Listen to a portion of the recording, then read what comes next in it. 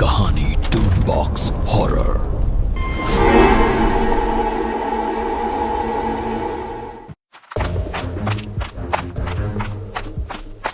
बचाओ बचाओ, कोई बचाओ। अरे अरे छोड़ दो मुझे।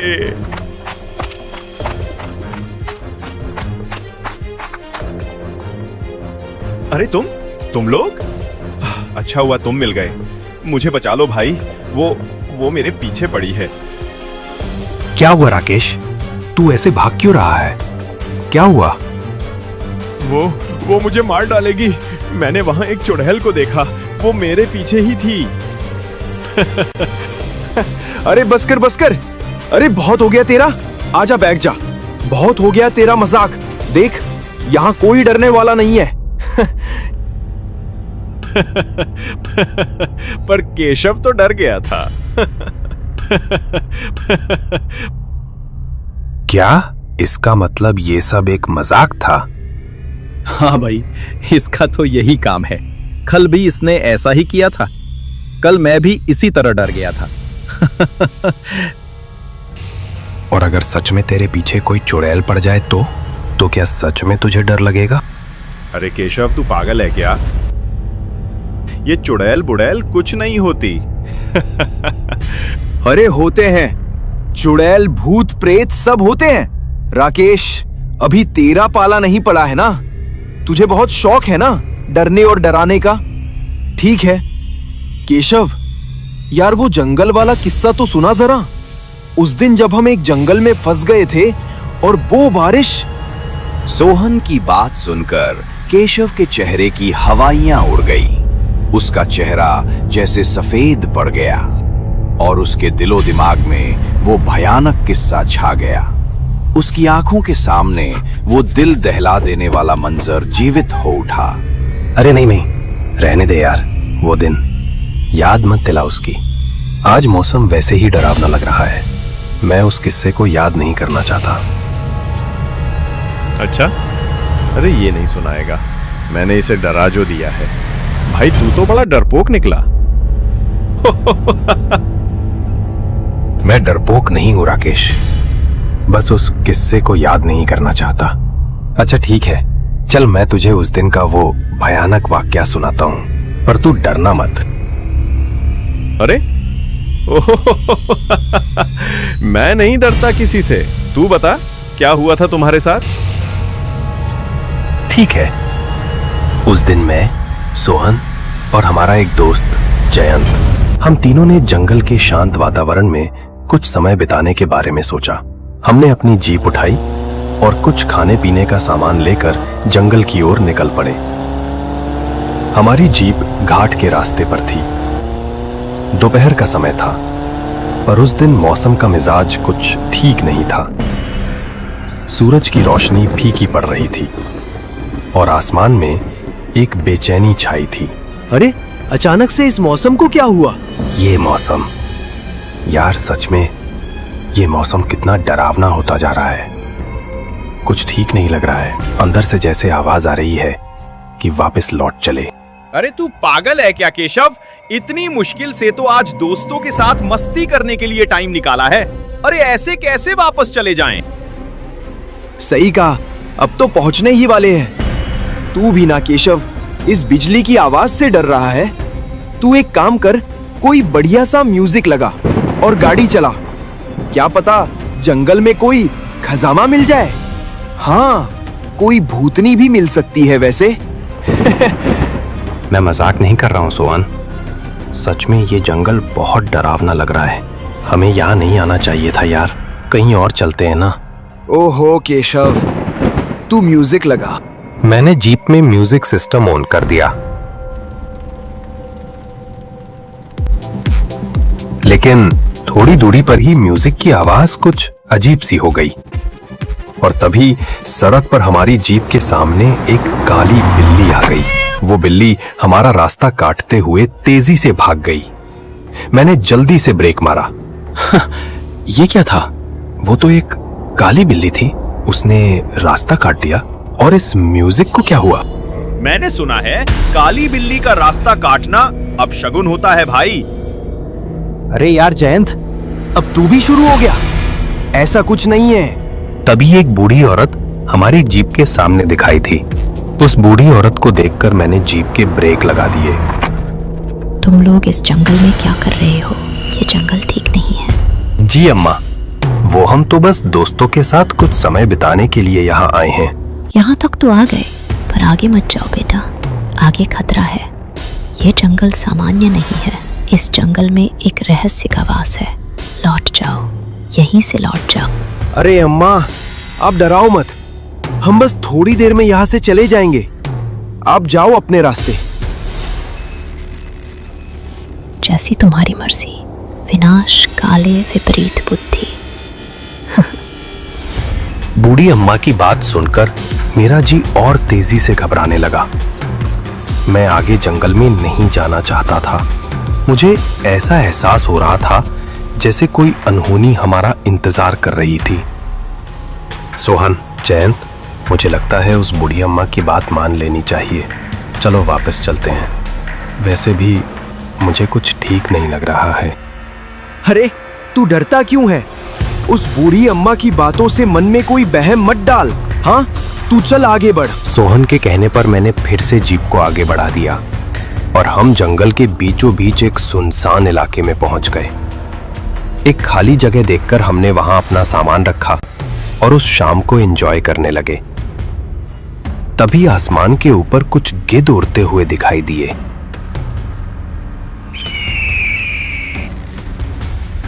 रुको, वो देखो, आसमान में वो क्या है?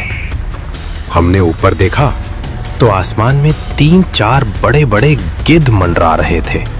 वे कोई सामान्य गिद्ध नहीं थे। वे मौत की तरह कर्कश आवाज में रो रहे थे। उन्हें देखकर मेरा माथा पसीने से भीग गया। न जाने क्यों मुझे उस दिन उसेम जंगल में हर चीज डरावनी लग रही थी, जैसे हर कोई चीज मुझे वापस लौटने को कह रही हो। हे भगवान, ये गिद्ध, ये हमेशा मौत के आसपास मंडराते हैं। अरे यार, कोई मरा हुआ जानवर यहाँ पड़ा होगा कहीं, इसलिए ये गिद्ध मंडरा रहे होंगे। तू ज्यादा मत सोच। मैं ऊपर देख ही रहा था कि मुझे ऐसा लगा कि कोई हमें झाड़ियों के पीछे से देख रहा है। मन का वहम समझकर मैंने वो अनदेखा कर दिया और दोस्तों की बातों में लग गया। अरे वाह, मजा आ गया। कितना रोमांटिक मौसम है, कितनी शांति और सुकून है यहाँ। हाँ, ऐसे में कोई साथी मिल जाए तो बात ही क्या। साथी? अरे है तो हम दोनों तेरे साथ। यार तू चुप कर। मैं तुम दोनों मुस्टंडों की बात नहीं कर रहा हूँ भाई, मैं तो किसी सुंदरी की बात कर रहा था। सुंदरी? भाई, इस जंगल में तो तुझे कोई चुड़ैल ही मिल सकती है। हम सब आपस में बैठे हुए उस शाम को एंजॉय कर ही रहे थे कि अचानक से मौसम का मिजाज और ज्यादा बिगड़ गया और बिजली की तेज कलकती आवाज के साथ भयानक बारिश शुरू हो गई। हम तीनों जल्दी से भागकर अपनी जीप के अंदर बैठ गए। हद तेरे की, सारा मजा खराब हो गया। और नहीं तो क्या, इस बारिश ने तो सब खराब कर दिया। केशव, तुझे क्या हुआ? मैं बहुत देर से देख रहा हूँ तू गुमसुम बैठा है। क्या सोच रहा है? कुछ नहीं यार, अब मैं कुछ कहूंगा तो तुम मानोगे नहीं। जयंत, पता नहीं क्यों मेरा दिल बैठा जा रहा है। ऐसा लग रहा है जैसे हमारे आसपास कोई खतरा है। मुझे आभास हो रहा है। अरे तू फिर शुरू हो गया। देख, घना जंगल है और ऊपर से ये बारिश का माहौल, इसलिए तुझे ऐसा लग रहा है, और कुछ नहीं है। चल तू ज्यादा मत सोच। और अब करें क्या? ऐसे कब तक इस जीप में बैठे रहेंगे? हम लगभग 2 घंटे अपनी जीप में बैठे रहे और रात हो गई। बारिश अब बंद हो चुकी थी, लेकिन आसमान में काले बादल अभी भी घुमड़ रहे थे। अब सबको बहुत नींद भी आ रही थी। बारिश में भीगकर हमारा सारा खाना खराब हो गया था और हम तीनों बहुत भूखे थे। यार, बड़ी जोरों की भूख लगी है। हाँ, अब क्या करें? केशव, अब चल ना, वापस चलते हैं। नहीं, इस जंगल में रात में सफर करना ठीक नहीं होगा जयंत, और बादल अभी हटे नहीं हैं। बारिश फिर से आ सकती है। बारिश में जंगल के रास्ते ड्राइव करना ठीक नहीं होगा। अब क्या? ऐसे सारी रात हम इस डब्बे में? केशव, क्यों ना हम कोई अच्छी सी जगह देखकर बिस्तर लगाकर सो जाए। सुबह होते ही यहाँ से निकल जाएंगे। चल फिर, आजा। हम तीनों जीप से बाहर निकल गए और सोने के लिए कोई साफ और सुखी जगह ढूंढने लगे। तभी उस जंगल में दूर से आती हुई एक रोशनी दिखाई दी। अरे जरा वहां देखो, वहां कुछ रोशनी है। लगता है हमारे अलावा कोई और भी यहाँ है। चलो थोड़ा पास जाकर देखते हैं।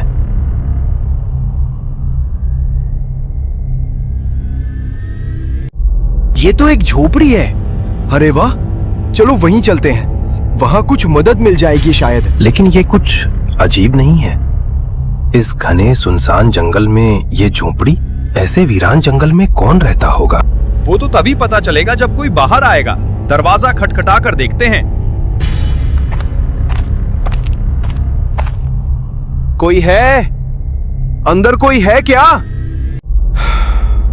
लगता है अंदर कोई नहीं है। झोपड़ी खाली है, लेकिन अंदर से रोशनी तो आ रही है। कुछ तो ठीक नहीं है। चलो चलते हैं यहाँ से। केशव, रुक तो जरा, देखते हैं ना, शायद कोई सो रहा हो। दोबारा खटखटा कर देखता हूँ। जयंत ने दोबारा से दरवाजे पर दस्तक दी, पर कोई बाहर नहीं आया। हम सब निराश होकर लौटने लगे। तभी झोपड़ी का दरवाजा अपने आप खुल गया। भाई, कुछ तो गड़बड़ है। ये दरवाजा, ये अपने आप कैसे खुला? तभी एक गुलाब के फूल की तरह कोमल और सुंदर सी लड़की बाहर आई। उसने गुलाबी रंग की एक बहुत सुंदर साड़ी पहन रखी थी और उसने गले में कुछ गहने पहने हुए थे। उसके गले में एक सुंदर सा नेकलेस था जो उसकी सुंदरता में 4 चांद लगा रहा था। उस लड़की को देखकर सोहन को ऐसे लग रहा था जैसे उसे जंगल में गड़ा हुआ सोने, चांदी और हीरे जवाहरात से भरा कोई खजाना मिल गया हो। वो एक मधुर सी आवाज में बोली, कौन हो तुम सब और इतनी रात को यहाँ क्या कर रहे हो? जी, वो हम यहाँ जंगल में कुछ वक्त बिताने आए थे और मौसम खराब हो गया तो यही फंस गए हैं। क्या आज रात हम यहाँ रुक सकते हैं? कोई बात नहीं, हम कहीं और ठिकाना ढूंढ लेते हैं। आप परेशान ना हो। रुको, तुम लोग यहाँ से अब नहीं जा सकते। मेरा मतलब है तुम लोग यहाँ रात बिता सकते हो। अंदर आ जाओ। जी, आपके घर में और कौन कौन है? मेरा मतलब है आपके पति या पिताजी जिनके साथ आप रहती हैं। मतलब कोई मर्द है घर में? जी, मेरी अभी शादी नहीं हुई है। मैं अपने 2 भाइयों के साथ रहती हूँ, पर अभी वे घर पर नहीं हैं, कहीं गए हैं। सवेरे लौटेंगे। ये तो बड़ी अच्छी बात है। मेरा मतलब है 2 लोगों की जगह खाली होगी ना, हम आराम से सो सकते हैं यहाँ। क्यों भाई, है ना? तू चुप कर सोहन। इसका मतलब आप अभी अकेली है। ठीक है, हम चलते हैं। घर पर कोई आदमी नहीं है तो ऐसे यहाँ हमारा रुकना ठीक नहीं होगा। अरे नहीं नहीं, कोई बात नहीं, आप अंदर आ जाइए। मेरे भाई कहते हैं कि जंगल में भटके लोगों को छोड़ना नहीं चाहिए। छोड़ना नहीं चाहिए, इसका क्या मतलब? मेरा मतलब है अकेले नहीं छोड़ना चाहिए, उनकी मदद जरूर करनी चाहिए। वैसे आप तीनों तो मुझे बड़े शरीफ लग रहे हैं। कोई बात नहीं, आप यहाँ रात गुजार सकते हैं। अंदर आइए ना। इतना कहकर वो लड़की घर के अंदर चली गई। हम तीनों दरवाजे पर स्तब्ध खड़े थे। अरे यार, ये लड़की तो बड़ी हिम्मत वाली है। इसे हमसे डर नहीं लग रहा। यार चलो चलते हैं यहाँ से। ऐसे यहाँ रुकना ठीक नहीं लग रहा है। अरे जब उसे कोई दिक्कत नहीं है तो तुझे क्या परेशानी है? चल ना, अंदर चलते हैं। यार वो कितनी सुंदर है, देखा नहीं तूने? उसके गले में जो हार है वो तो कमाल लग रहा है उस पर। तू चुप कर और शराफत से अंदर चल। हम तीनों बड़ी शराफत के साथ झोपड़ी के अंदर चले गए।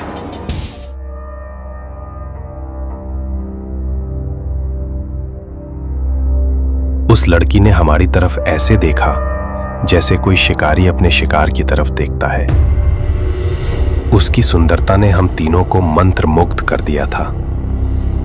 उसकी आंखों में जैसे कोई जादू था। हम तीनों बैठे हुए उसे बस एक टक देखे जा रहे थे। वो अंदर वाले कमरे में चली गई। शायद वो उसकी रसोई थी, और थोड़ी देर बाद बाहर आई तो उसके हाथों में खाने पीने का सामान था। आप लोगों को भूख लगी होगी ना? मैंने आपके लिए कुछ खाने के लिए बनाया है, आप ये खा लीजिए ना।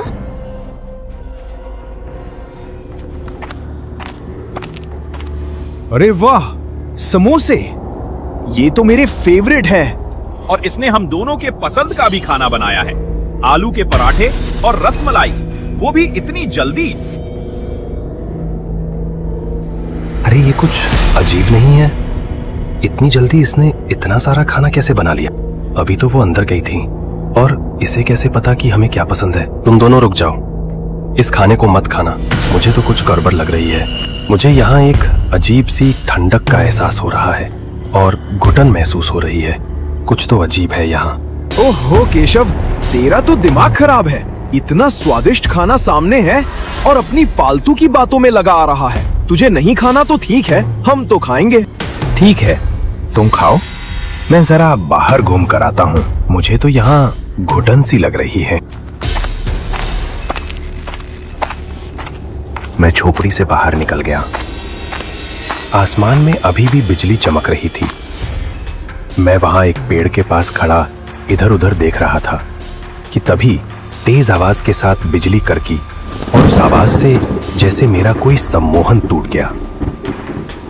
तभी चमकती बिजली की रोशनी में मुझे दो साए दिखाई दिए। उनका चेहरा भयानक और उनकी आंखें खौफनाक थी, जो मुझे ही घूर रही थी। मैं डर से चिल्ला पड़ा और झोपड़ी की तरफ भागा।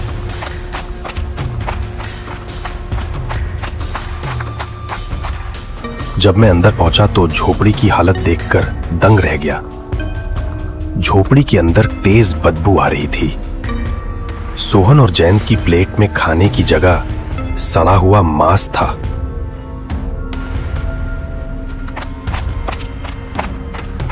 रुको, तुम रुक जाओ, ये खाना मत खाओ, फेंक दो इसे। क्या? फेंक दे? इतना लजीज खाना फेंक दे? तू पागल है क्या? आहा, क्या टेस्ट है! सोहन, होश में आ। अरे ये कोई पकवान नहीं है, ये सड़े गले मांस के टुकड़े हैं। ये सब एक छलावा है। जयंत, होश में आ। वे दोनों मेरी बात नहीं सुन रहे थे। मैंने एक गिलास उठाया और जोर से जमीन पर पटक दिया। गिलास के गिरने की तेज आवाज से उन दोनों को होश आया। ये क्या है? छी! मुझे तो उल्टी आ रही है। हम तब से पकवान समझकर ये क्या खा रहे थे? कितनी बदबू आ रही है। हम फंस चुके हैं दोस्तों। एक मिनट, ये कैसी आवाज है? ऐसा लग रहा है जैसे अंदर कोई किसी जानवर को काट रहा है। देखो, हड्डियां काटने की आवाज आ रही है। चुप रहो, आवाज मत करो। हमने चुपके से जब रसोई के अंदर झांक कर देखा तो सामने वही सुंदर लड़की बैठी थी और चूल्हे पर एक पतीले में कुछ हड्डियां और मांस पका रही थी। उसकी नजर जैसे ही हम पर पड़ी, वो एक भयानक चुड़ैल में बदल गई और खौफनाक हंसी हंसने लगी।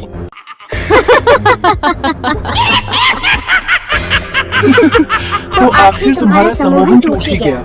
चलो ठीक है, कोई बात नहीं। इस पतीले में अब की बार तुम लोगों का मांस पकेगा।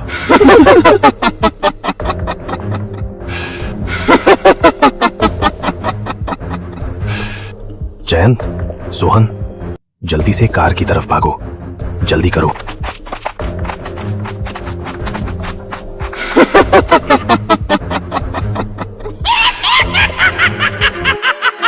जल्दी स्टार्ट कर, भागते हैं यहाँ से। अरे क्या हुआ केशव? पता नहीं, गाड़ी स्टार्ट तो हो गई है पर आगे नहीं बढ़ रही है। केशव, वो देख, पीछे कोई है। उसने गाड़ी को पीछे से पकड़ रखा है। आज हम नहीं बचेंगे केशव। हे बजरंगबली। मैंने बजरंगबली का नारा लगाया और पूरी ताकत से गाड़ी को रिवर्स किया, जिससे वे शैतान नीचे गिर गए और मैंने गाड़ी को तेजी से भगा दिया। मुझे लगा कि हम बच गए हैं, पर जब मैंने साइड मिरर में देखा तो वो चुड़ैल हमारी जीप के पीछे तेजी से आ रही थी।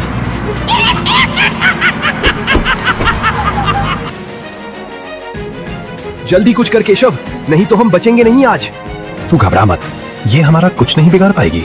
तेरे पास जो हनुमान जी का लोकेट है उसे चुड़ैल की तरफ कर दे। जल्दी कर। मैं हनुमान चालीसा बोलता हूँ। चुड़ैल की नजर जैसे ही बजरंगबली की तस्वीर पर पड़ी, वो जलने लगी और एक भयानक चीख के साथ जंगल में कहीं गायब हो गई। और दोस्त, उस दिन हम बजरंगबली की कृपा से बाल बाल बचे। ये होती है डरावनी कहानी, लेकिन ये कोई कहानी नहीं, हमारे जीवन का एक भयानक सच्चा किस्सा है। बाप रे, रोंगटे खड़े हो गए सच में। कभी ऐसा भी होता है? ये तो मेरी कल्पना से भी परे था।